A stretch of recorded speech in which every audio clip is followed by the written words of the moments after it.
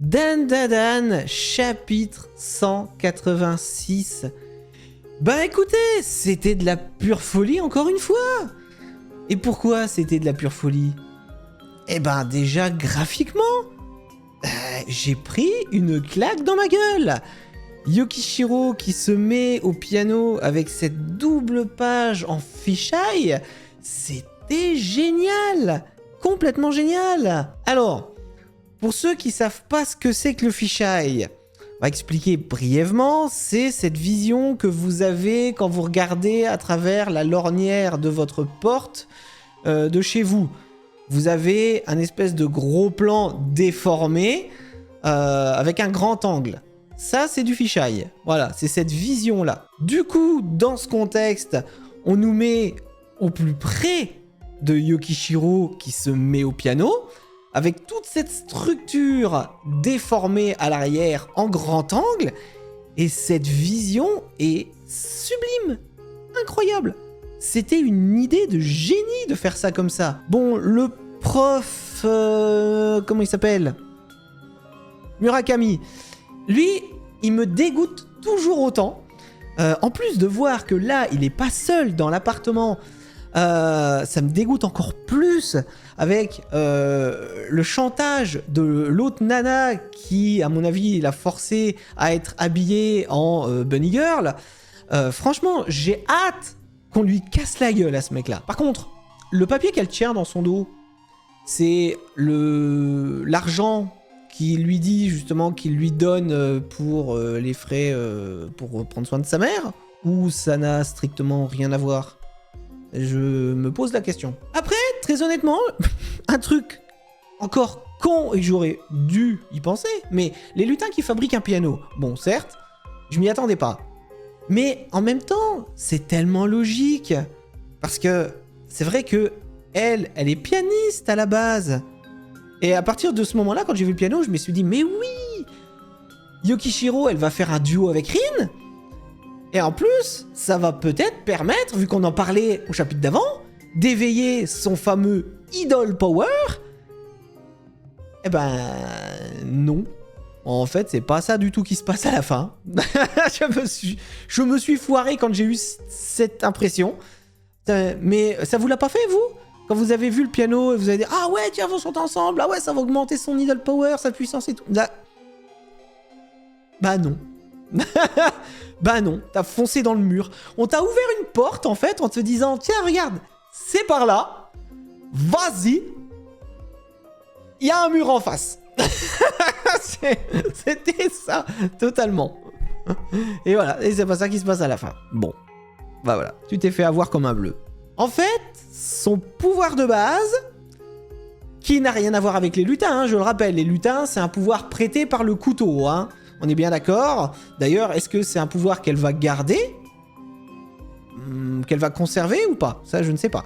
Mais en tout cas, elle a un pouvoir de base, visiblement, à part donc celui éveillé par le couteau avec les lutins, et ça a l'air d'avoir un lien avec des insectes. Et attention, pas n'importe lesquels. Moi, je dirais que ça a l'air d'être des mouches. Maintenant, bon, je suis pas expert, hein, mais ça ressemble à des mouches. Et par contre, il y en a pas un peu. C'est juste carrément une nuée de mouches. Enfin, une nuée, je vais pas dire mouches au cas où ça n'en est pas. Une nuée d'insectes sur une double page finale. Putain, qu'elle est belle. Alors, encore une fois, hein, je suis pas fan personnellement des insectes. J'ai horreur de ça. Voilà, j'aime pas. Je pense qu'on est assez nombreux à ne pas trop aimer les insectes. Mais cette double page, elle reste malgré tout magnifique. Le détail de dessin des insectes, mais surtout de la nuée qu'on voit derrière, que ça fait juste des points noirs. Mais les bâtiments, la ville à l'arrière-plan, c'est juste une double page magnifique, encore une fois. Les dessins sont super, vraiment super. Là, j'avais l'impression de regarder la double page avec Saitama dans One Punch Man quand il partait combattre Mutant. Vous savez, vous aviez une double page, enfin, je sais même plus si c'était une double page, mais vous aviez une page avec la ville en arrière-plan, et on voyait un boom, simplement, on ne voyait pas ce qui se passe, mais on voyait la ville, le détail dans les bâtiments était superbe. Là, c'est la même chose, vraiment, c'est super bien fait, magnifique. En conclusion, on a le pouvoir de Yukishiro qui s'éveille. Preuve en est, selon moi, qu'elle va faire partie de la bande à Momo et à Complot-nous. C'est sûr et certain. C'est sûr et certain. Après, on sait pas trop en quoi ça consiste, son lien avec les insectes. D'ailleurs, petit passage, les insectes qui ont l'air de danser hein, sur la dernière page. Je dis ça, je dis rien.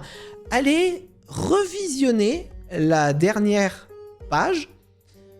Vous verrez que je raconte pas de conneries. Il y a certains insectes qui ont l'air de danser. Voilà, c'est chelou.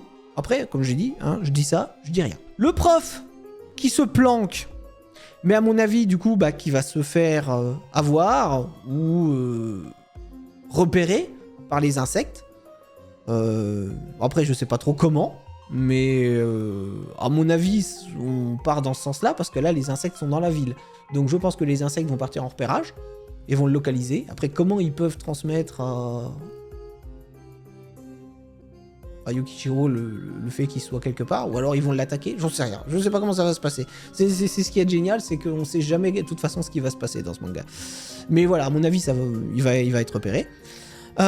Et bien sûr, le dernier point, le flashback rempli d'émotions, superbement transmise en images, avec l'intensité du piano quand elle se met à jouer. C'était génial parce que faut le rappeler, hein, mais on est dans un manga.